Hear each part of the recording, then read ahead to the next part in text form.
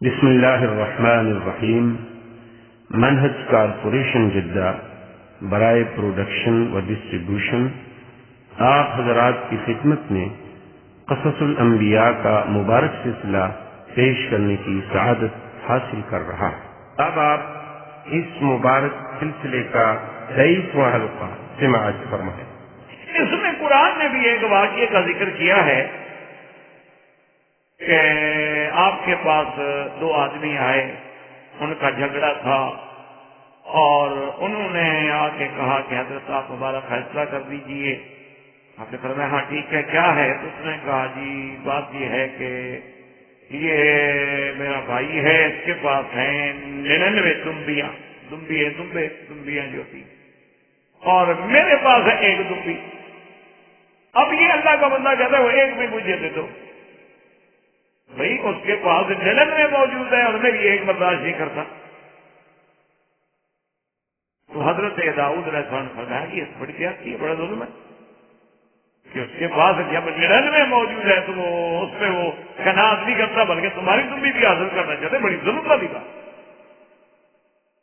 اور پھر اس کے بعد قرآن کہتا ہے کہ حضرت داؤد علیہ السلام کو بات سمجھ آئی کہ اچھا اس مسئلے کے ذریعے تو بس میرا امتحان کیا گیا ہے، تو آپ اللہ کے آگے سجدے میں گر گئے اور اللہ تبارک و تعالیٰ سے مغفرت طلب کی اور اللہ تبارک و تعالیٰ نے ان کی مغفرت فرما دی۔ قرآن نے اس واقعے کو اتنا ذکر کیا۔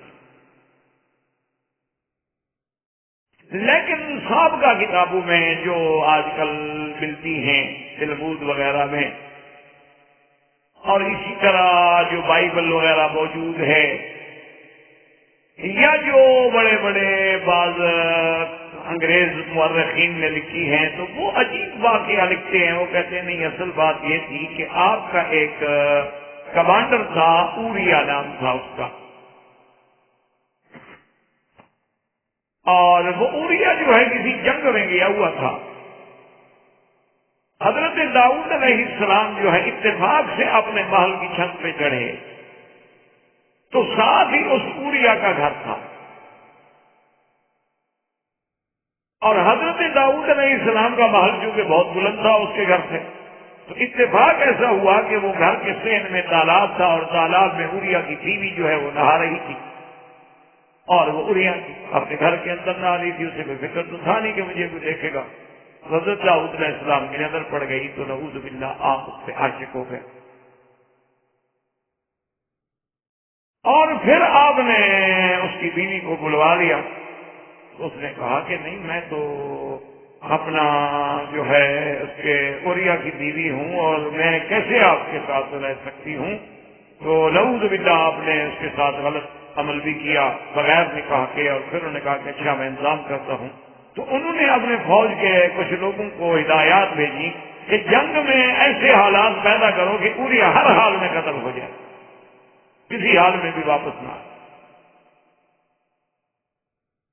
تو بہرحال اوریا کو قتل کرا دیا گیا، اور جب وہ قتل ہو گیا تو اس کی بیوی سے شادی کر۔ اس واقعے کے پیش نظر وہ کہتے ہیں کہ یہ قرآن پاک نے جو اشارہ کیا ہے دراصل یہ وہی ہے کہ آپ کے پاس تو پہلے بھی 100 عورت موجود تھی، یا 90 عورت یا 99 عورت موجود تھی، اور ایک اوریا کی بیوی خوبصورت تھی، تو آپ نے اس کو بھی حاصل کرنے کی کوشش کی۔ تو اللہ نے تنبیہ کے لیے ایک 2 بندے بھیجے جو جھگڑا لے کے آئے تاکہ آپ کو تنبیہ ہو کہ آپ نے یہ کیا کیا۔ تو بہرحال سابقہ کتابیں جو ہیں وہ اس کو اس انداز میں پیش کرتی ہیں۔ حالانکہ یاد رکھیں اس کی وجہ یہ ہے کہ یہودی اور عیسائی جو ہیں وہ داؤد اور سلیمان علیہ السلام کو بادشاہ تو مانتے ہیں لیکن نبی نہیں مانتے۔ تو پھر بادشاہوں سے تو ایسی باتیں ہو جاتی ہیں، دنیا میں ہوتی رہتی ہیں، لیکن ہمارے ایمان میں اور قرآن و سنت کی روشنی میں تو داؤد علیہ السلام بھی نبی ہیں اور سلیمان علیہ السلام بھی نبی ہیں، اور نبی تو معصوم ہوتے ہیں، یہ جائے کہ نعوذ باللہ کسی کی بیوی کو دیکھیں اور پھر اس کو قتل کروا دیں اور پھر اس سے نکاح کر لیں، یہ عجیب بات ہوئی۔ تو یہ حکایت جو ہے دراصل یہ بالکل بے سند ہے اور روایات اسرائیلیہ سے ہے، اور وہ اتنا جیسے ہوتا ہے نا جی کہ اتنی کتابوں میں آئی ہے کہ ہمارے بعض علماء بھی اس کو اپنی کتابوں میں نقل کر بیٹھے ہیں۔ اصل بات یہ نہیں تھی، اللہ معاف کرے، اللہ کے نبی زنا سے پاک ہوتے، معصوم ہو۔ اللہ کے نبی ایسا ظلم نہیں کرتے کہ کسی آدمی کو ناجائز قتل کروا اور اس کی بیوی سے شادی کر، اور شادی سے پہلے بھی اپنے محل میں بلا کے نعوذ باللہ اس سے زنا کر۔ استغفر اللہ ثم استغفر اللہ۔ یہ تو بہرحال کوئی عیسائی اور یہودی بدبخت جرأت کرے بات کہنے کی، کیونکہ ان کا تو مذہب یہی ہے۔ آپ اخبار میں نہیں پڑھتے ہیں کہ راہب 11 سال لڑکی کے ساتھ بدفعلی کرتے ہوئے پکڑے گئے؟ اللہ معاف کرے۔ وہ تو عیسیٰ علیہ السلام کو بھی نہیں بخشتے۔ یہودی تو عیسیٰ علیہ السلام کو بھی بی بی مریم کا بیٹا نہیں مانتے، وہ کہتے ہیں وہ تو یوسف النجار کے بیٹے ہیں، اس سے ناجائز تعلق تھا اور اسی سے یہ پیدا ہوا، اور اس نے پھر بہانہ بنایا، ایک ڈرامہ بنایا کہ بغیر باپ کے پیدا ہوا ہے۔ تو ہمیں تو یہودی اور عیسائی کی نظر سے تو نہیں پڑھنا ہے، ہمیں تو ایک مومن کی نظر سے پڑھنا ہے، اور ہمارا ایمان ہے کہ اللہ کے نبی پاک اگر ان سے کوئی غلطی ہو تو وہ ترک اعلیٰ ہوتا ہے، ترک اولا ہوتا ہے، بھول ہو سکتی ہے، نسیان ہو سکتا ہے، صاحب ہو سکتا ہے، لیکن یہ تو نہیں کہ کبیرہ گناہ کا ارتکاب کیا۔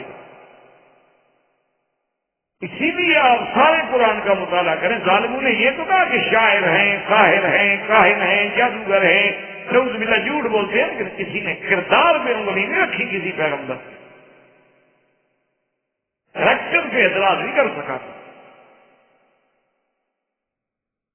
اس لیے اصل بات یہ نہیں تھی، اصل بات یہ تھی کہ حضرت داؤد علیہ السلام کو اللہ نے تنبیہ کی کہ یہ جو کچھ تم کرتے ہو یہ بھی میری توفیق ہے، عبادت کرنے دوں، روزہ رکھنے دوں، بادشاہی کرنے دوں، ذکر کرنے دوں، اگر میں نہ کرنے دوں تو آپ نہیں کر سکتے۔ آپ لا کے اہتمام کر دیں کہ کوئی مجھے نہ چھیڑے، تو جب آپ کا وہ وقت ہوتا تھا تو اس وقت میں کوئی داخل نہیں ہو سکتا تھا، دروازے بند ہوتے تھے، پہرا لگا ہوتا تھا، لیکن فرشتے انسانوں کی شکل میں اندر آ گئے۔ تو دراصل یہ تنبیہ تھی، ایک میسج اس کا بنا کے فرشتوں نے پیش کی، ورنہ اس کا حضرت داؤد علیہ السلام سے کوئی تعلق نہیں۔ اب حضرت داؤد علیہ السلام کے ساتھ ہوا کہ ہاں میں نے واقعی غلطی کی، یہ تو سب کو جو بھی ہوتا ہے اللہ کی توفیق سے ہوتا ہے، انسان کے بس میں تو کچھ نہیں۔ مجھے تو 2 آدمی آ کے ڈسٹرب کر دیا انہوں نے، حتیٰ کہ میں ڈر گیا کہ میرے گھر کیسے آ گئے بغیر اذن کے اور بغیر دروازے کے، بغیر دربار کے۔ تو وہ جو اللہ کے ذکر سے غفلت تھی، اور اپنے ذہن میں انہوں نے خدمت خلق کو اور لوگوں کے حقوق کے فیصلوں کو اہمیت نہ دی بلکہ عبادت کو اہمیت دی، تو اس پہ تنبیہ ہو گئی کہ اصل عبادت یہ ہے کہ میرے بندوں کی خدمت کرو۔ یہ نفلی عبادت ایک نفلی عبادت ہے، لیکن میری مخلوق کی خدمت کرنا جو ہے وہ تو بہت بڑی بات ہے۔ اس لیے یاد رکھیں، کیونکہ اگر خدا نہ کرے خدا نہ کرے خدا نہ کرے زنا جیسی بات ہو تو اس کے بعد فوراً قرآن یہ تو نہ کہنا کہ یا داؤد انا جعلناک خلیفۃ فی الارض فاحکم بین الناس بالحق، کہ ہم نے آپ کو حاکم بنایا ہے، خلیفہ بنایا ہے، لوگوں کے درمیان میں فیصلے کریں۔ اصل مقصد یہ تھا کہ آپ نے جو اوقات عبادت کے لیے رکھ دیے اور اللہ کے مخلوق کا اس وقت آپ فیصلہ نہیں کرتے، ان کی فریاد نہیں سنتے، اس کا مطلب ہے کہ عبادت آپ کے نزدیک خدمت خلق سے مقدم ہو گئی۔ یہ تو غلط تھی جس پر امتحان لیا، اور پھر جو غلطی ہوتی ہے پیغمبر کی، جیسے کہ اللہ نے خود فرمایا کہ آدم علیہ السلام سے بھول ہو گئی، لیکن آدم علیہ السلام سے کہتے ہیں ربنا ظلمنا انفسنا، ہم نے ظلم کیا۔ کیوں؟ جتنا شان بڑی ہو وہ چھوٹی غلطی کو بھی بڑا۔ تو بہرحال اس کے بعد سیدنا داؤد علیہ السلام کا مقام جو ہے، عظمت جو ہے، اللہ نے ان کو یعنی نبوت بھی دی اور شاہی بھی دی اور آپ کو معجزات بھی دیے، اور آپ کو سب سے بڑی عظیم نعمت ایک عظیم بیٹا دیا حضرت سلیمان ہے۔ اور حضرت سلیمان علیہ السلام جو ہے ماشاءاللہ، یعنی آپ دیکھیں گے داؤد علیہ السلام کا بھی تقریباً 14 مقامات، 4 مقامات پر تو نام کے ساتھ ذکر کیا گیا ہے، اور حضرت سلیمان علیہ السلام کا تو قرآن میں 16 مقامات تک ہے، بلکہ سورۃ النمل میں تو ایک پوری تفصیل کے ساتھ رکوع ہے۔ حضرت سلیمان علیہ السلام جو ہیں اللہ نے ان کو بھی خصوصی فہم عطا فرمایا، اور حضرت سلیمان علیہ السلام ابھی بچے تھے اور بادشاہ داؤد علیہ السلام، خدا کی قدرت دیکھیں، قرآن نے بھی اس کا ذکر کیا ہے کہ ان کی خدمت میں بھی ایک مقدمہ آ گیا۔ ایک مقدمہ یہ آیا کہ ایک آدمی نے آ کے درخواست دی حضرت داؤد علیہ السلام کی خدمت میں، اس نے کہا کہ حضرت میرا یہ باغ ہے انگوروں کا، اور یہ آدمی جو ہے شریف آدمی، اپنی بکریوں کو اس نے غفلت کے ساتھ میرے باغ میں چھوڑ دیا، اور وہ سارا انگوروں کا باغ جو تھا انہوں نے تباہ و برباد کر، کچھ کھا گئی کچھ انہوں نے اجاڑ دی، اور میرا تو اس کے سوا کوئی گزر اوقات کا ذریعہ نہیں ہے، آپ مہربانی کریں فیصلہ فرمائیں۔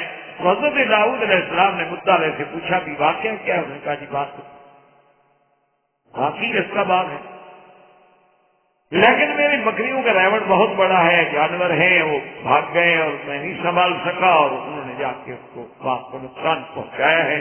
تو حضرت داؤد علیہ السلام نے جب دیکھا کہ یہ معترف ہے، مدعا علیہ اعتراف کرتا ہے کہ واقعی میں نے نقصان پہنچایا ہے، تو انہوں نے کہا اچھا ایسا کرو اس باغ کی کتنا قیمت ہے؟ انہوں نے کہا 10,000 لگتی ہے، میں مثال دیا۔ تو آپ نے فرمایا اچھا بھی اس کے مال کی قیمت کرو، 10,000 کا بکریاں جو ہے نا علیحدہ کرو، وہ 10,000 کی بکریاں علیحدہ کر۔ انہوں نے کہا چونکہ تم نے 10,000 کا نقصان کیا ہے، یہ بکریاں اس کو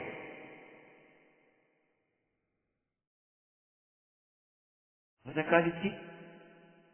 حضرت سلیمان علیہ السلام اس وقت بالکل بچے تھے، ویسے محبت میں ابا جان کی خدمت میں بیٹھے رہتے تھے، تو فوراً بول پڑے کہنے لگے ابا جان فیصلہ تو آپ کا بالکل حق ہے کہ مدعی نے دعویٰ کیا، مدعا نے اقرار کیا، اس کا جتنا نقصان ہے آپ دلوا رہے ہیں بالکل ٹھیک، بالکل ٹھیک، لیکن اگر آپ مجھے اجازت دیں تو میں اس سے بھی اچھا فیصلہ کر سکتا ہوں۔ تو حضرت داؤد علیہ السلام نے کہا اچھی بات، بیٹا اگر کوئی اچھی بات کرے تو والدین کو تو خوشی ہوتی ہے نا۔ تو انہوں نے کہا اچھا تم فیصلہ کرو۔ اس نے کہا بھی بات سنو، یہ 10,000 کی بکریاں جو ہے نا ٹھیک ہے، یہ تم لے جاؤ اور ان کا دودھ پیو، فائدہ اٹھاؤ، اور اس سے کہا دیکھو بات سنو، یہ جتنا باغ تم نے اجاڑا ہے نا دوبارہ لگاؤ انگور کی، پہلے دوبارہ کاشت کرو، جب یہ پھل تیار ہو جائے جیسے تیار تھا تو تم اپنی بکریاں لے جانا اور باغ اس کے حوالے کرو، تو تاکہ نقصان بھی کسی کا نہ ہو، بکریاں پھر بکری والے کو مل جائیں گی، باغ پھر باغ والے کو مل جائے گا، اتنے عرصے میں وہ بکریوں سے فائدہ اٹھائے گا، وہ محنت کرے گا، اس کو سزا بھی مل گئی۔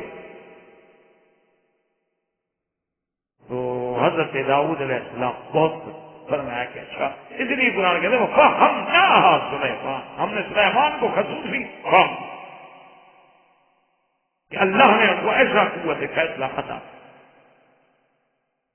اور اسی طرح ایک فیصلہ جو ہے وہ بھی صحیح روایات میں موجود ہے کہ 2 عورتیں سفر میں تھیں، اور اتفاق کی بات یہ تھی کہ دونوں کے ہاں ولادت انہی دنوں میں ہوئی تھی۔ جیسے آپ دیکھتے ہیں نا جی، ایک دن میں 3 4 5 5 10 ولادتیں اکٹھی ہو جاتی ہیں ہاسپٹل میں۔ تو دونوں عورتوں کی ولادت جب ہوئی تو دونوں کے بچے سمجھے ہم عمر تھے، مثلاً 5 دن کا ہے وہ بھی 5 دن کا ہے، وہ 10 دن کا ہے وہ بھی 10 دن کا ہے۔ رات کو جنگل کے سفر میں ایک عورت کا بچہ جو تھا نا چھوٹا، وہ ساتھ سویا ہوا تھا، ایک بھیڑیا آیا اور بچے کو اٹھا کے لے۔ اب وہ ماں جو تھی نا جب اٹھی تو اس نے دیکھا وہاں جانور کے نشان بھی ہیں اور بیٹا بھی غائب ہے، وہ سمجھ گئی کہ جانور اٹھا کے لے گیا ہے، تو اس نے شور مچا دیا، اس نے کہا کہ میرا بیٹا ایسا عورت نے اٹھا لیا، کیونکہ اس کے بعد بھی تو بیٹا تھا جان کے۔ اب یہ مدعی بن گیا، وہ انہوں نے کہا نہیں ہے تو میرا بیٹا ہے، انہوں نے کہا نہیں اس کا بیٹے کو تو بگیار اٹھا کے لے گئے تو میرا بیٹا۔ اب چھوٹا بچہ ہو اور ہو بھی 5 دن کا، تو اتنی جلدی تو فیصلے نہیں ہو سکتے نا کہ اس کے نئے نقش ملا لیے جائیں کہ کس کے ساتھ ملتے ہیں اور کس کے ساتھ نہیں ملتے ہیں، یا اس زمانے میں ابھی اتنی میڈیکل نے ترقی نہیں کی ہوگی کہ ٹیسٹ کر لیں۔ تو بہرحال ایک بڑا جھگڑا ہوا اور بڑا فتنہ ہوا، اور دونوں طرف سے قبائل کھڑے ہو گئے، اور کیونکہ حضرت داؤد علیہ السلام کی خدمت میں داؤد علیہ السلام نے دونوں عورتوں کی باتیں سنی، دلائل سنے، ان کے حالات کو غور سے دیکھا، تو انہوں نے وہ جو دو عورتوں میں سے ایک بڑی عورت تھی، حالانکہ وہ ناحق تھی، اس کا بیٹا نہیں تھا، لیکن وہ زبان میں اتنا تیز تھی اور دلائل دینے میں اتنی ماہر تھی کہ حضرت داؤد بھی متاثر ہو گئے۔ اسی لیے حضور پاک نے فرما دیا تھا کہ خبردار، بعض اوقات تمہارے لوگ جو ہوتے ہیں الحن من بعض، ایک دوسرے سے زیادہ ذہین ہوتے ہیں، فتین ہوتے ہیں، بولنے میں زیادہ کبھی ہوتے ہیں، اگر وہ اپنی چند زبانی میں آ کر مجھ سے غلط فیصلہ کروا لے اور میں فیصلہ بھی کر دوں، لیکن اللہ کے ہاں تو پکڑے جاؤ گے، ایسا ہو جائے۔ آپ کبھی کبھی دیکھیں نا، یہ پیشہ ور لوگ جو ہوتے ہیں، جناب اللہ تبارک و تعالیٰ رحمت فرمائے ہوئے، تمہارے علاقے میں آدمی تھا، وہ پیسے لے کے جھوٹی گواہیاں دے، تو اس سے بہرحال ایک آدمی نے طے کر دیا کہ جی میں اسے کہا گواہی دوں، میں گواہی دوں گا، 1000 کروں گا، ٹھیک ہے، لیکن اب چونکہ وہ آدمی تو جھوٹا تھا نا، جو بندہ باقاعدہ پیشہ ور جھوٹا گواہ ہو، پولیس کا ڈاؤٹ ہو اور لوگوں کے فرضی گواہیاں دیتا ہو، تو اس پر بھی تو اعتبار مشکل ہوتا ہے، تو اس لیے اس نے کہا کہ دیکھو بات سنو، تم ہونا قابل اعتبار، تم گواہی دو گے، میں 1000 روپئے جو ہے نا ساتھ میں کٹھے کھڑے ہو جائیں گے، جو عدالت میں جب گواہی ختم کرو گے تو میں تمہیں پکڑوا دوں، پہلے میں نہیں دوں گا، یا بعد میں آ کے لے لو یا اندر ہی مجھ سے لے، پہلے میں۔ اس نے کہا ٹھیک ہے، گواہی کے بعد تو دو گے، گواہی کے بعد کیوں نہیں دوں؟ تو بہرحال اندر جا کے جب اس نے گواہی دی تو پوری جیسے اس نے سکھائی تھی پیسے لینے سے پوری گواہی دے دی، اور اس کے بعد ہاتھ یوں کیا کہ مجھے وہ 1000 روپیہ ملے۔ اب اس نے سوچا گواہی تو ہو چکی ہے، بدبخت کو 1000 روپے دینے کی کیا ضرورت، اب گواہی تو اس نے دے دی، جو ہونا تھا وہ ہو گیا۔ اس نے جناب ہاتھ کیا، اس نے کہتی کہ نہیں ہے پیسے، تو اب وہ جج صاحب جو لکھ رہے تھے تو اس کے فوراً بعد جو جج نے دیکھا، اس نے کہا کہ جی آپ کی کوئی بات رہ گئی ہے؟ اس نے کہا حضرت جتنا اس نے مجھے سکھایا تھا وہ تو میں نے کہہ دیا۔ تو ایک لفظ میں ساری گواہی کر دے، سکھایا کیا انہوں نے جھوٹ ہی کہہ رہا تھا، یہ مجھے سکھا کے لے آئے تھے۔ تو اس لیے بعض لوگ جو ہوتے ہیں نا وہ الحن من بعض ہوتی ہیں، تو وہ عورت بھی کچھ اس طرح کرار تھی اور تیز تھی کہ حضرت داؤد اس کے حق میں فیصلہ کر دیا۔ حضرت داؤد علیہ السلام کے فیصلے کے بعد بعض روایات میں یہ ہے کہ حضرت سلیمان وہی موجود تھے، بعد میں ہے کہ باہر کھیل رہے تھے، دیکھا کہ عورتیں جا رہی ہیں، لوگ بھی جا رہے ہیں، کچھ رو رہے ہیں، کچھ ہنس رہے ہیں، پوچھا کیا بات ہے؟ انہوں نے کہا ایسے فیصلہ تھا۔ انہوں نے کہا کہ بلاؤ ان کو، میں فیصلہ کرتا ہوں۔ وہ آگے، انہوں نے کہا کیا بات؟ انہوں نے کہا جی بیٹا ہے، اب سفر میں تھے، ایک بچے کو بھیڑیا اٹھا کے لے گیا، وہ اس کا بچہ تھا، یہ خامخواہ میرے گلے پڑ گئی، میرا بچہ اٹھا لیا۔ تو اچھا ہے کہ حضرت داؤد علیہ السلام نے میری بات سن لی اور میرے دلائل کبیہ کو دیکھ کے میرے حق میں فیصلہ کر دیا کہ میرا بیٹا ہے۔ اچھا ٹھیک، اس سے پوچھا، کہا جی بچہ تو میرا ہے، میں کیا کروں، میں اپنا مقدمہ نہیں لڑ سکتا۔ تو حضرت داؤد علیہ السلام نے، حضرت سلیمان علیہ السلام نے فرمایا کہ اچھا آج کا ہم فیصلہ کرتے ہیں۔ فرمایا کہ اللہ آپ کو بلاؤ، اور کہا کہ بچے کو یہاں درمیان میں لٹا اور تم عورتیں ادھر بیٹھ جاؤ، جلاد آ گیا۔ آپ نے فرمایا بھی دیکھو نشان لگا لو بچے کو، این درمیان میں رکھ کے اس کو تلوار کے ساتھ کاٹ دو، آدھا اس کو دے دو اور آدھا اس کو دو۔ یہ کیا ہے، ایک روتی ہوئی جائے، ایک ہنستی ہوئی جائے، اچھی بات نہیں، آدھا آدھا کر دے۔ تو جو حقیقی ماں تھی نا بچے کی، اس نے کہا حضرت یہ میرا بچہ ہے ہی نہیں، اسی کا ہے، اس کو دے دیں۔ انہوں نے سوچا میرا بچہ تو ختم نہ ہو جائے نا، چلو کسی اور عورت کے پاس رہے گا، زندہ تو رہے گا، میرا بچہ بچ تو جائے گا، کبھی زندگی ہے تو ہو سکتا ہے کہ میں اپنی اولاد کو دیکھ لوں، اگر یہ کٹ گیا یہاں تلوار سے تو کیا ملا؟ اور جس کا بچہ نہیں تھا، انہوں نے کہا جی میں آپ کے فیصلے پہ راضی ہوں۔ اور نے فرمایا تم جھوٹ کہتی ہو، بچہ اس کا ہے، کوئی ماں بھی اپنے بچے کو تلوار سے کٹنے پہ راضی ہو سکتی ہے؟ جھوٹ بول۔ حضرت سلیمان نے جب فیصلہ کیا، داؤد علیہ السلام کو پتہ لگا تو آپ نے فرمایا واقعی سلیمان اللہ نے تمہیں خصوصی موقع تھا۔ حضرت داؤد علیہ السلام کی وفات کے بعد حضرت سلیمان علیہ السلام کو اللہ تبارک و تعالیٰ نے تخت سے بھی نوازا اور نعمتوں پہ بھی نوازا، جس کو اللہ نے قرآن میں بھی ذکر کیا، وَلَقَدْ آتَيْنَا دَاؤُودَ وَسُلَيْمَانَ عِلْمًا۔ وقال الحمد لله الذي فضلنا على كثير من عباده المؤمنين وورث سليمان داود وقال يا أيها الناس علمنا منطق الطير وأوتينا من كل شيء إن هذا لهو الفضل المبين وحشر لسليمان جنوده من الجن والإنس والطير فهم يوزعون. اللہ تبارک تعالیٰ فرماتے ہیں ہم نے داؤد و سلیمان علم عطا کیا اور انہوں نے اللہ کا شکر ادا کیا کہ اللہ نے ہمیں اپنے بہت سارے بندوں کے فضیلت عطا فرمائی ہے اور فرمایا کہ ہم نے سلیمان کو داؤد کا وارث بنایا. یاد رکھو کہ وارث سے مراد مال نہیں، وارث سے مراد نبوت و حکمت ہے. اگر ورثے سے مراد مال ہو تو اکیلے سلیمان تو بیٹے نہیں تھے داؤد علیہ السلام کے، داؤد علیہ السلام کے تو اور بھی بہت بیٹے. اسی لیے انبیاء کا مال جو ہے وہ میراث نہیں ہوتا بلکہ وہ صدقہ. اور اللہ تبارک و تعالیٰ نے موسیٰ حضرت سلیمان فرماتے ہیں کہ یا ایھا الناس لوگوں، اللہ نے مجھے پرندوں کی بولیاں بھی سکھا دی ہیں. اللہ تبارک و تعالیٰ نے جنوں کو بھی آپ کے تابع کر دیا، پرندوں کو بھی تابع کر دیا اور پھر ہر جانور کی بولی بھی سکھلا دی. یہ بھی اللہ نے انتظام.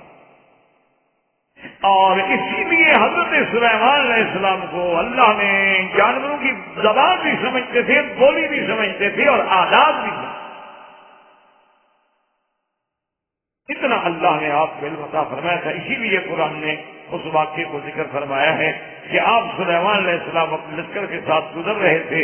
جبکہ وہ وادی نمل پہ پہنچے تو ایک چیونٹی نے تقریر کی کہ یا ایھا النمل ادخلوا مساکنکم، کیا چیونٹی اپنے دلوں میں گھس جاؤ، لا یہزمنکم سلیمان وجنودہ، کہ سلیمان اور اس کا لشکر جو ہے تمہیں پیس نہ ڈالے اور ان کو پتہ بھی نہیں ہوگا. فتبسم ضاحکا، حضرت سلیمان علیہ السلام سے بہت مسکرا، بہت مسکرائے. اور اس کے بعد انہوں نے اللہ سے دعا کی کہ میرا مولا رب اوزعنی ان اشکر نعمتک التی انعمت علی وعلی والدی، میرا اللہ مجھے شکر کی توفیق عطا فرمائے. یہ بھی تو تیرا کمال اور کرم ہے کہ میں ایک چیونٹی بولتی ہے تو بات سمجھ رہا. اور اللہ تبارک و تعالیٰ نے آپ کے لیے جو ہے ہوا کو بھی مسخر کر دیا تھا. وسخرنا لہ الریح، اللہ نے ہوا کو مسخر کر دیا کہ آپ کے تخت کو لے کے چلتی تھی اور جو 1 مہینے کا سفر تھا وہ آدھے دن میں طے ہو جاتا تھا. غدوها شہر ورواحها شہر، یعنی جب آپ صبح کو اڑتے تو آدھے دن دوپہر تک 1 مہینے کا سفر طے ہوتا اور پھر آرام کر کے آپ کیلولا فرماتے پھر شام کو چلتے تو پھر 1 مہینے کا سفر ہوتا. یہ حضرت سلیمان علیہ السلام کے مقامات عالیہ کا. اور جنوں جیسی سخت ترین قوم جو ہے وہ بھی آپ کے تابع. اور جو تخت سلیمان علیہ السلام تھا ان کی جہاں آپ کرسی میں جب تشریف فرما ہوتے تو آپ کے پیروں کے نیچے جو تھے نا 2 شیر اور آپ کے سر کے اوپر جو تھے وہ عقاب کھڑے رہتے تھے سایہ کر. کیونکہ ایسی سلطنت تو دنیا میں کسی کو ملی ہی نہیں جو حضرت سلیمان علیہ السلام کو. اور اتنے بڑے اعزاز و اکرام کے بعد پتہ ہے سلیمان علیہ السلام روٹی جو ہے ٹوکریاں بنا کے کھاتے. وہ ٹوکریاں بناتے تھے وہ بیچ کے روٹی کھاتے. اتنی بڑی عظیم سلطنت ان کا مالک. اور یہ اسی زمانے میں واقعہ جو اللہ کے قرآن میں بھی بڑا عظیم واقعہ موجود ہے کہ ایک دن آپ نے پوچھا کہ مالی اللہ الہدہد، کیا وجہ ہے کہ ہدہد پرندہ نظر نہیں آتا؟ من الغائبین کہاں ہے؟ اچھا خدا کی قدرت دیکھو کہ اللہ نے یہ علم ہدہد کو دیا تھا کہ وہ زمین میں چونچ مار کے اندازہ کر لیتا تھا کہ یہاں پانی ہے کہ نہیں ہے اور ہے تو کتنا نیچے ہے. اور یہ علم اللہ نے سلیمان علیہ السلام کو نہیں دیا. تو جب کہیں لشکر پڑاؤ کرتا تو وہاں کنویں کھودنے پڑتے تھے پانی عارضی انتظام کرنے کے لیے. تو حکم دیا جاتا ہدہد کو کہ جاؤ بھی پورے علاقے میں پانی تلاش کرو. وہ جناب ادھر جا رہا ہے ادھر جا رہا ہے ادھر جا رہا ہے. ہاں جی یہاں ٹھیک ہے کھود دے. اب لشکر اترا ہوا ہے حدود ہے نہیں. آپ نے فرمایا اچھا حدود غائب ہو گیا. لَوَعَذِّبَنَّهُ عَذَابًا شَدِيدًا اولاد بہن یا بالکل بس ہاں اور یاتینی بسلطان مبین، یا کوئی کھلا ہوا اپنی معذوری کا حدود لے کے آئے. تو تھوڑی دیر گزری، جب حدود آیا تو حضرت جلال میں تھے. اس نے کہا حضرت ناراض نہ ہوں، انی احط بما لم تحط به، میں ایک ایسی خبر لایا ہوں جس کا آپ کو پتہ نہیں. میں تو ملک سبا سے آ رہا ہوں، اور ملک سبا میں تو حیران ہو گیا. میں نے دیکھا انی وجدت امرأة تملکہم، ان کی تو بادشاہ عورت ہے. یہ سبا جو ہے اصل میں یاد رکھیں یہ قوم تھی ساحل بحر احمر پہ جنوب کی طرف یمن کی طرف یہ قوم تھی، اور تجارت کے ساتھ. اور یہ علاقے جو ہیں اس وقت جن کی حکومت تھی، اور یہ صنعاء جو ہے یمن جو ہے اس کے ایک مقابل پہ ہندوستان تھا اور دوسرے مقابل پہ حبش اور مصر تھا. یعنی اگر آپ اس کے نقشے کو دیکھیں تو ایک طرف آپ کو ہندوستان لگے گا اور دوسری طرف آپ کو حبش اور مصر لگے گا. اور یہی ہندوستان سے مال جو ہے یہاں پہنچتا تھا، اور پھر یہیں سے وہ امام مبین جو سڑک عظیم تھی وہ شام اور سارے یورپ کو سپلائی ہوتی تھی. اصل مال کا مرکز اصلی جو تھا وہ یہی سدے، یہی معارف تھا اور یہی وہ مقام تھا. یہ مرکزی مقام تھا تجارت کا. اسی لیے قریش بھی 2 دفعہ سال میں، ایک دفعہ یمن جاتے تھے اور ایک دفعہ شام جاتے. بعد میں جب ایسے حالات پیدا ہوئے، خدا کی قدرت ہے، تو پھر انہوں نے آ کے مصر جو تھا وہ مرکزیت اختیار کر گیا سویز کی وجہ سے، اور یہ رہ گیا. ان کا پھر وہ مقام نہ رہا جو ابتدا میں، اور تو کوئی ذریعہ نہیں تھا ابتدا میں یورپ کے لیے اتصال کا. تو ان کی جو ملکہ تھی، ملکہ اس کا نام قرآن میں تو نہیں آتا، بس آتا ہے امرأۃ تملکہم، لیکن سابقہ کتابوں میں کوئی کہتے ہیں کہ اس کا نام بلقیس تھا. اس نے کہا کہ میں نے دیکھا ہے کہ ایک ملکہ ہے، اور یہ بھی میں نے دیکھا ہے سلیمان علیہ السلام جو سورج کے پجاری ہیں، اور اس کے پاس بہت بڑا تخت ہے، فوج ہے، حکومت ہے، سلطنت ہے. حضرت سلیمان علیہ السلام نے فرمایا کہ اچھا تم خط لے کے جاؤ، ہم دیکھتے ہیں تم سچ کہہ رہے. اب حضرت گئے، اس نے جا کے خط ڈالا. ملکہ نے خط پڑھا، اس نے اپنے کیبنٹ کو بلایا، اس نے کہا کہ سلیمان علیہ السلام خط آیا ہے، اور جس انداز میں یہ خط آیا ہے معلوم ہوتا ہے کہ وہ کوئی بہت بڑا طاقتور بادشاہ ہے کہ جس کی تعمیر کرنے کے لیے فرندے آ رہے ہیں. تو مشورہ دے. انہوں نے کہا جی مشورہ کی بات تو یہ ہے کہ ہمارے پاس قوت ہے، طاقت ہے، فوج ہے، ہم لڑ سکتے ہیں، لیکن جو آپ چاہیں. انہوں نے کہا اچھا ایسا کرتے ہیں کہ ہم پہلے ہدیہ بیچتے ہیں سلیمان علیہ السلام. ہم دیکھتے ہیں کہ اگر وہ بادشاہ ہمارا ہدیہ قبول کر لیتا ہے تو اس کا مطلب ہے کہ پھر مذاکرات کے لیے کوئی بات ہو سکتی. انہوں نے ہدایہ جب بھیجی اور حضرت سلیمان علیہ السلام کے پاس آئے تو سلیمان علیہ السلام نے غصے سے فرمایا اچھا تمدون علی مال ہے، تم میری مال کے ساتھ اپنا قیمتی چیزیں لے کے مجھ پر روک ڈالنا چاہتے. تمہیں نہیں پتا کہ مجھے اللہ نے جو کچھ دیا ہے تم سے کہیں کروڑ درجے بہتر ہے، کیا مجھے دو گے تم؟ اور جاؤ اور آ کے اپنی ملکہ سے کہہ دو کہ خبردار یا تو آ کے میری اطاعت کرو، اگر نہیں تو میں ایک ایسا لشکر لے کے آؤں گا کہ تیری طاقت ہی نہیں ہے کہ تم اس لشکر کا مقابلہ کرو. آخر ملکہ کو جب یہ خبر پہنچی گھبرا گئی. اس نے کہا جی میں آتی ہوں.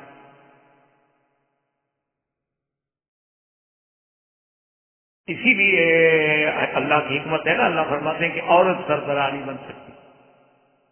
اور بعض لوگ ہم مولوی پہ ناراض ہوتے ہیں، کہتے ہیں دیکھو جی قرآن میں تو ہے کہ عورت بادشاہ تھی. یہ نہیں کہ اس سے کہ وہ کافر تھی یا مسلمان. تو اگر کوئی کافر عورت کام کرے تو اس کی اقتدا کرنا ہمارے اسلام میں جائز ہے. بات تو اللہ رسول کے حکم کی ہوتی ہے. اللہ تبارک و تعالیٰ تو اس کو 10 میٹر کی مسجد میں امام نہیں بناتا. آپ کہتے ہیں پورے ملک میں کوئی امام بنا رہے، تو قسمتی کی بات.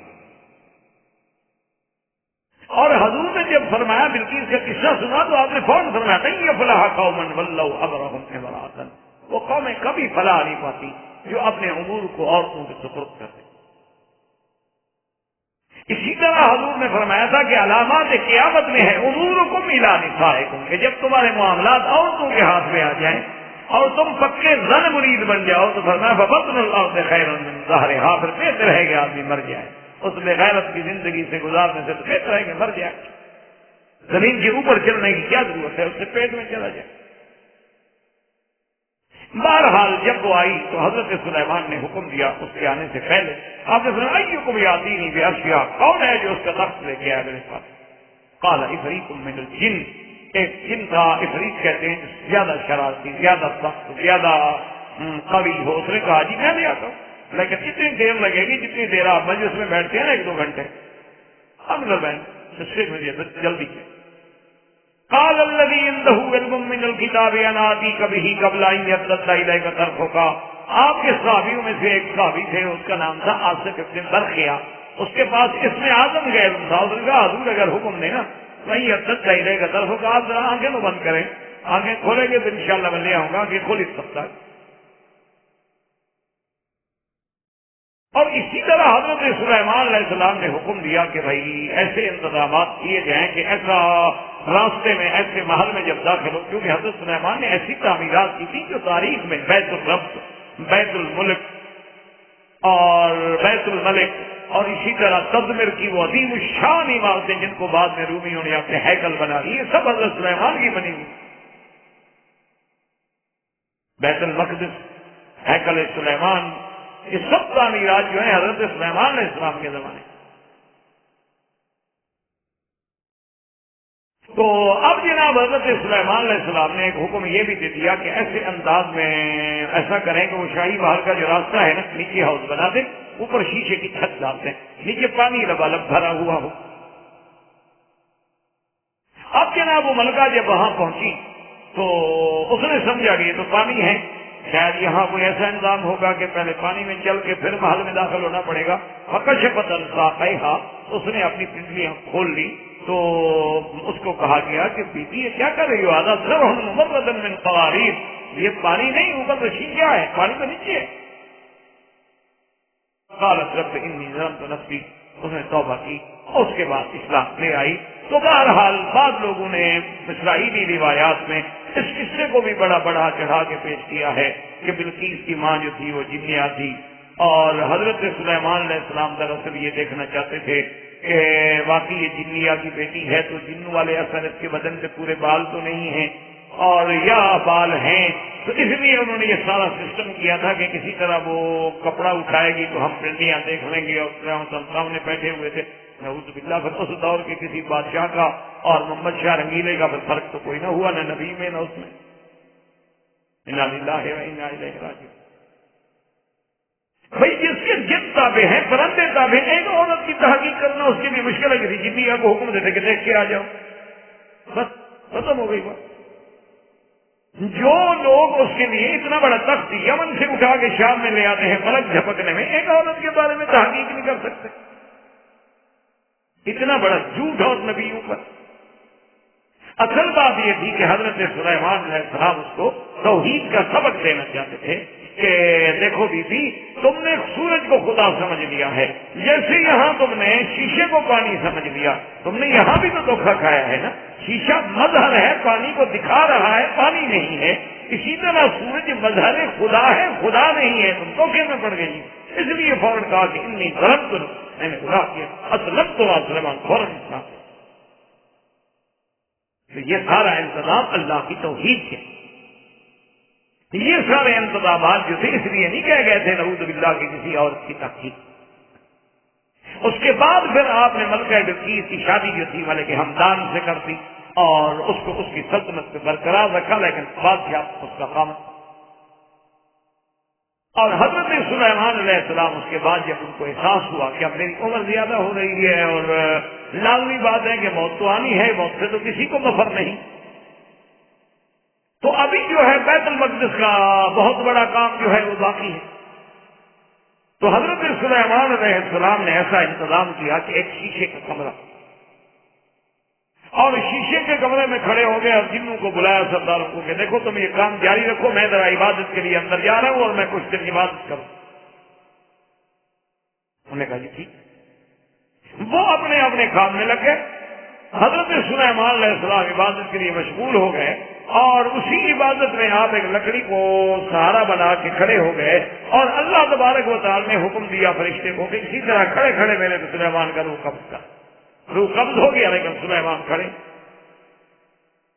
وہ جن جو تھے جو کام کرنے والے تو بڑی مشقت کے کام تھے نا، کہ بڑے بڑے پہاڑوں کو توڑنا اور محل بنانے، اور وہ آگے دیکھتے مسلم کو کہتے جی نماز پڑھنے ابھی آئیں گے تو پھر ماریں گے، کام کرو گے شامت.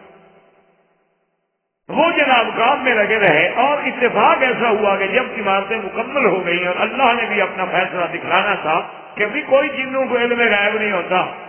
یہ لوگ کہتے ہیں نہیں میرے جن تابع ہیں، غیب کی خبریں لے آتے ہیں، تو ان کو تو اپنا پتہ نہیں ہوتا تمہارے غیب کی خبریں کہاں سے لے آئے. تو اب جناب یہ ہوا کہ اللہ نے حکم دیا تیمک کو کہ جناب پہنچو اور سلیمان علیہ السلام کی لکڑی کو ذرا نیچے سے کھانا شروع کرو. اچھا تھا نا لکڑی کا، نیچے سے دیمک لگ گئی. اب دیمک نے کھانا شروع کیا تو کمزور ہوتا گیا، کمزور ہوتا گیا. جب وہ بالکل کمزور ہوا تو حضرت سلیمان علیہ السلام زمین پہ گرے. اور کہتا ہے ما دلهم علی موته الا دابۃ الارض تاکل من سأته فلما خر تبینت الجن ان لو كانوا يعلمون الغیب ما لبثوا في العذاب المهین. اب جب گرے تو اب جناب جنات کو پتہ لگا ہم تو 100 سال سے پتھر اٹھا رہے ہیں. اللہ نے فرمایا بدبختوں کو علم غیب ہو تو 100 سال پتھر اٹھاتے ہیں. یہ تو پہلے دن بھاگ جاتے کہ جس ہمارے ساتھ فوت ہو گیا ہمارا کوئی کیا بگاڑ. تو اس طرح حضرت سلیمان علیہ السلام کو بھی موت آئی، اور حضرت داؤد علیہ السلام اور سیدنا سلیمان علیہ السلام ان دونوں کو اللہ نے نبوت بھی، شاہی بھی اور بادشاہت بھی عطا فرمائی. اور ان کے بعد جب سلیمان علیہ السلام کا دور گزر گیا تو اس کے بعد پھر وہ بخت و نصر آیا جس نے آگے بیت المقدس سے تباہی. بیت المقدس کی تباہی کے بعد وہاں سے جو بندہ گزرا اس کا ذکر سورۃ البقرہ میں موجود ہے، لیکن قرآن نے نام نہیں لیا. لیکن راجع اقوال یہی ہے اور راجع قول مبارک یہی ہے کہ اس سے مراد حضرت عزیر ہے. او کالذی مر علی قریۃ وہی خاویۃ علی عروشها، کہ جب انہوں نے آگے دیکھا قریہ بیت المقدس کو کہ بالکل اونی پڑی ہے، برباد ہو گئی ہے، تو بہت پریشان ہوئے اور کہا اللہ یحیی ہذہ اللہ بعد موتہا. اب اس تباہی اور بربادی کے بعد اللہ پتہ نہیں اس کو کیسے دوبارہ زندہ کریں گے. اللہ نے فرمایا میری قدرت کے بارے میں بھی آپ کو تردد ہو رہا ہے، چلو ہم آپ کا امتحان لیتے ہیں. اللہ فاماتہ اللہ مئۃ عام، اللہ نے حضرت عزیر کو بھی 100 سال کے لیے سلا دیا موت. اب حضرت عزیر علیہ السلام 100 سال کے بعد اللہ نے حکم دیا زندہ ہو گئے. زندہ ہو گئے. اللہ نے فرمایا فرشتے سے ذرا پوچھو میرے پیغمبر سے کم لبثتا، کتنا عرصہ گزارا ہے جی؟ انہوں نے کہا جی لبثت یوما او بعض یوم، جب میں سویا تھا نا اس وقت سورج اوپر تھا تو ابھی ڈوب رہا ہے، بس آدھا دن سمجھ رہے ہیں، کچھ دن سمجھ رہے ہیں، اتنا ہی سوئے ہو. قال بل لبثت مئۃ عام، 100 سال گزر گیا ہے جناب کو. انظر الی طعامک و شرابک لم یتسنہ، دیکھو اپنا پانی، ماکولات، مشروبات ان کو بھی ہم نے خراب نہیں ہونے دیا. انظر الی حمارک، اور اپنے گدھا کو بھی دیکھو، دیکھو اب اس کو کیسے زندہ کرتے ہیں. ہم کہتے تھے نا اللہ یحیی ہذہ اللہ بعد موتہا. اب جناب ہوا چلی، ہڈیاں کٹھی ہو گئی، ان کے پاس ہڈیوں پہ گوشت چڑھنا شروع ہو گیا. 2 منٹ کے بعد گدھا کھڑا ہے، آوازیں لگا رہا ہے. تو حضرت نے کہا واقعی میرا اللہ آپ تو ہر چیز پہ قادر ہے، میرا ایمان ہے. اب جب آئے بیت المقدس میں تو کیا دیکھتے ہیں کہ جناب وہ تو آپ کی اولاد جو تھی، آپ کا بیٹا جو تھا اس کی عمر 118 سال ہو گئی، کیونکہ آپ 100 سال تو بہت ہو گئے تھے. 18 سال کا تھا جب گھر سے نکلے تھے. ان کو آگے کہا کہ میں عزیر ہوں. انہوں نے کہا جی بات کیسے عزیر ہوں؟ یہی 100 سال کے بعد جو ملے باپ تو کون پہچانے. تو بہرحال بیٹے نے کہا کہ اچھا بات یہ ہے کہ میرے ابا کے دونوں کندھوں کے درمیان میں ایک سیاہ داغ تھا، یہ نشانی ہے میرے ابا کی. ہم دیکھتے دیکھا تو داغ تو موجود ہے. انہوں نے کہا داغ تو ہے. اور لوگ آگے انہوں نے کہا کہ نہیں. حضرت عزیر کی علامت یہ تھی کہ وہ حافظ تورات، تو اگر آپ عزیر ہیں تو پھر ہمیں تورات سنیں.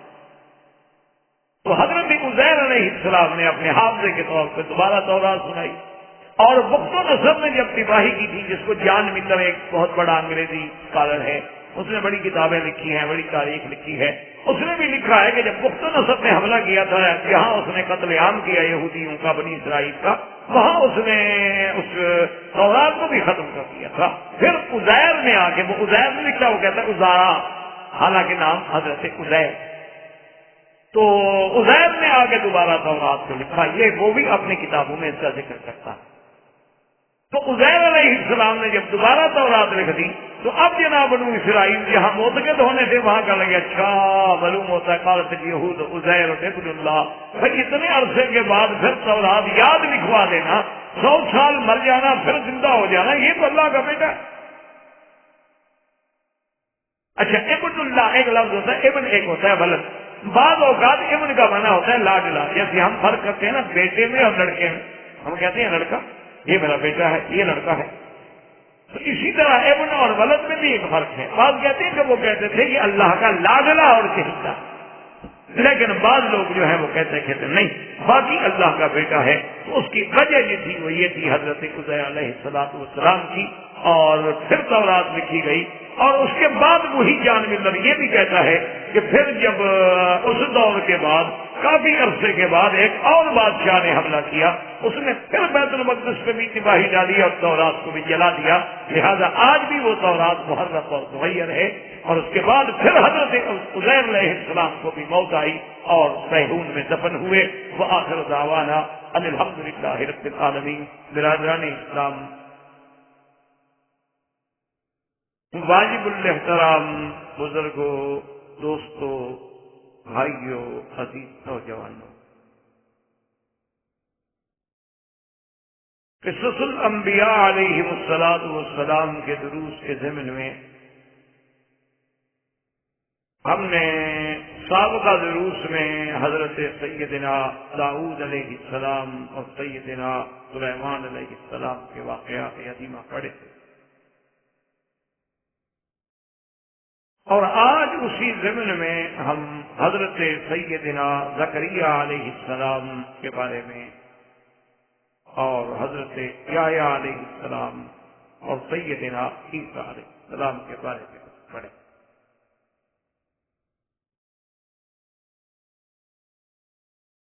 حضرت زکریا علیہ السلام جو ہیں یہ بھی سیدنا داؤد علیہ السلام کی اولاد میں تھے،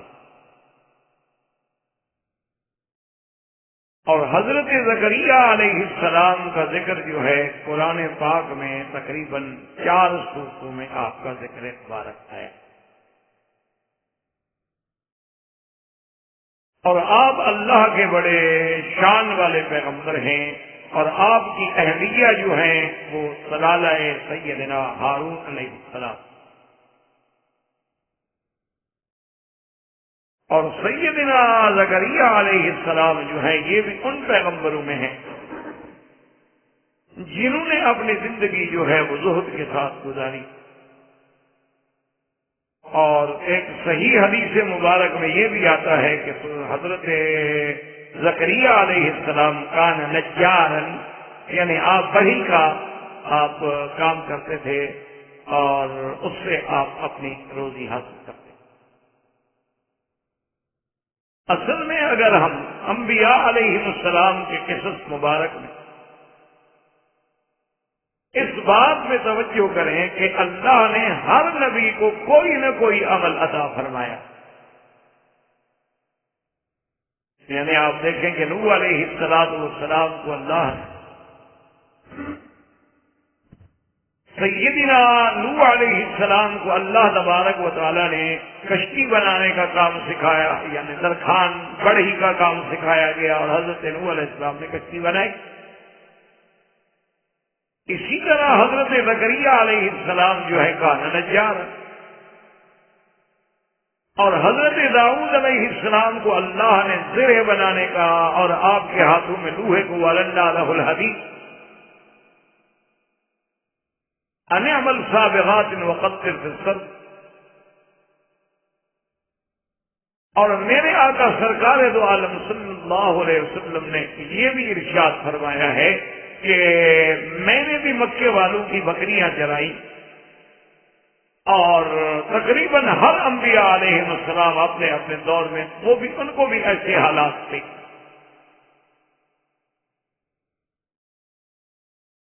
اور اسی طرح صحیح روایات مبارک میں یہ بات بھی موجود ہے کہ جب سیدہ عائشہ صدیقہ رضی اللہ تعالی عنہا سے سرکار دو عالم صلی اللہ علیہ وسلم کے بارے میں پوچھا گیا تو انہوں نے فرمایا کہ جب آپ گھر میں آتے تھے تو گھر کے کام میں بھی ہمارا ہاتھ بٹا دیتے تھے، اور کبھی اگر آپ کا جوتا مبارک ٹوٹ گیا تو اس کو خود اپنے ہاتھ سے گانڈ مبارک لگا لیتے تھے، کبھی آپ کا کپڑا مبارک پھٹ جاتا تو اپنے ہاتھ سے سی بھی لیتے۔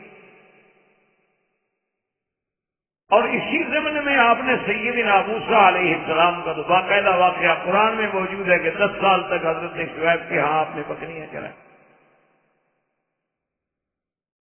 تو دراصل وجہ کیا ہے کہ اللہ تبارک و تعالیٰ یہ بتانا چاہتے ہیں کہ کوئی پیشہ جو ہے وہ قابل اہانت نہیں ہوتا، کوئی عمل جو ہے وہ قابل اہانت و تنقیص نہیں ہوتا۔ یہ تو بعد میں کفار میں زمانہ جاہلیت میں بھی، اور ہمارے ہندو پاک پر تو انگریز کی لعنت جب مسلط ہوئی تو انہوں نے یہ طبقات پیدا کیے کہ یہ جو پیشے ہیں، مثلا کوئی درخان ہے یا کوئی موچی ہے یا کوئی بڑھئی کا کام کرتا ہے یا کوئی کپڑا بنائی کا کام کرتا ہے، تو ان کا یہ بڑے حقیر ترین پیشے ہیں اور ان کو بڑا حقیر سمجھا گیا۔ اس کے وجوہات یہ تھے کہ وہ ایک امیر اور غریب کے درمیان میں ایک امتیاز رکھنا چاہتے تھے، حاکم اور محکوم کے درمیان میں، ذمہ دار اور اس کے ہاری کے درمیان میں، اسی طرح وڈیرے اور چودھری اور اس کے ماتحت علاقوں میں، تاکہ وہ لوگ غلاموں کی طرح ان کے سامنے رہیں اور انہیں کبھی ایک ضرورت نہ ہو اور وہ فطری طور پہ یہ سمجھیں اپنے آپ کو کہ ہم تو بڑے حقیر پیشے تھے۔ ورنہ ہمیشہ یاد رکھیں کہ یہ پیشہ کوئی نہیں، اصل حقیر چیز وہ ہے جو قرآن و سنت کے خلاف ہو۔ ایک آدمی چوری کرتا ہے، ایک آدمی ڈاکہ ڈالتا ہے، ایک آدمی سود کھاتا ہے، ایک آدمی جوا کھیلتا ہے، وہ چیزیں حرام، وہ قابل اہانت ہے، قابل توہین۔ لیکن ایک آدمی مزدوری کرتا ہے، ایک آدمی درزی ہے، ایک آدمی حجام ہے، ایک آدمی سالون پہ کھڑا ہے، اور یہ سارے ہنر جو ہیں اور یہ سارے پیشے جو ہیں، اللہ کی حکمت ہے کہ اللہ نے ایک دوسرے کا ہمیں محتاج بنا دیا۔ یعنی جیسے ایک سرمایہ دار کا سرمایہ نہ ہو تب بھی گاڑی نہیں چل سکتی، لیکن بڑے سے بڑا صنعت کار یا سرمایہ دار اور مزدور کی محنت نہ ہو تب بھی گاڑی نہیں چل سکتی۔ اللہ تبارک و تعالیٰ نے آپ کے پاس بڑے سے بڑا قیمتی کپڑا ہو لیکن سینے والا نہ ہو تو آپ کیسے پہنیں؟ آپ کے پاس جناب بڑے سے بڑی شریعت و طاقت ہو لیکن جوتے کی بھی تو ضرورت ہے، کوئی جوتا بنانے والا ہوگا تو آپ جوتا خریدیں۔ تو یہ دراصل ہمیشہ یاد رکھنا ہے کہ یہ پیشے، اگر کوئی کام یا پیشہ قابل توہین ہوتا تو اللہ کبھی اپنے انبیاء کو وہ کام نہ کرتے۔ کیوں؟ انبیاء کی شان اتنا بلند ہوتی ہے کہ اللہ تبارک و تعالیٰ ان سے کبھی ایسا کام نہیں لیتے جو قابل اہانت۔ اور بعض مذاہب جو ہیں خیر وہ تو اپنی جاہلیت و عصبیت کی وجہ سے، جیسے ہندوازم ہے، ان کے ہاں اب بھی آپ دیکھ لیں اونچی ذات والے اور چھوٹی ذات والے، ان کے ہاں اب بھی جو اونچی ذات کے لوگ ہیں ان کا بالکل مقام ہی الگ ہے، چھوٹی ذات والے کو تو یہ حق ہی نہیں کہ ان کے سامنے آگے بیٹھ سکے یا ان کے برتن کو ہاتھ لگا۔ یعنی اس دور میں بھی یعنی دنیا وہاں کتنا آگے چلی گئی، اور وہ ملک جو اپنے کمپیوٹر کی تعلیم پہ اور اس میں جدید اس معلومات کی دنیا میں فخر کرتا ہو کہ میں اتنا آگے بڑھ گیا ہوں کہ بڑے بڑے ملک مجھ سے لوگ کام کرنے والے مانگ رہے ہیں، اس کی عصبیت کا یہ عالم ہو کہ ایک اونچی ذات ہے اور ایک چھوٹی ذات۔ اس لیے بہرحال سیدنا زکریا علیہ السلام کا عمل مبارک یہ تھا، اور اللہ کے نبی تھے، اور ہیکل سلیمان علیہ السلام جو حضرت سلیمان علیہ السلام نے مسجد اقصیٰ کے ساتھ تعمیر فرمایا تھا اور جسے جنات نے تعمیر کیا تھا، اسی کے اندر آپ کا قیام تھا۔ گویا وہ اللہ کے گھر کے اور صحرا اور مسجد اقصیٰ اور ہیکل سلیمانی کے سب سے بڑے رکھوالے سمجھ لیں، سب سے بڑے ناظر سمجھ لیں، یا ان کو آج کل کے الفاظ میں جیسے کہتے ہیں کہ مجاور تھے، یعنی مستقل اپنے آپ کو وہاں رکھنے والا جو جیوار اختیار کر لے، ہمسائیگی اختیار کر لے اور ایک قسم کا اپنے آپ کو لازم۔ اور آپ کے زمانے میں آپ کے خاندان میں سے ایک شخص تھے جن کا نام عمران تھا، اور وہ بڑا صالح تھا۔ بہرحال ان کے بارے میں یہ تو ہمیں نہیں ملتا کہ وہ نبی تھے، لیکن وہ ایک مرد صالح. ان کی بیٹی جو تھی امرأۃ عمران، وہ حاملہ تھی اور ان کے خاوند حضرت عمران موت. احباب کرام، اس کے بعد اب آپ اس مبارک سلسلے کی CD نمبر 24 سماعت فرمائیں.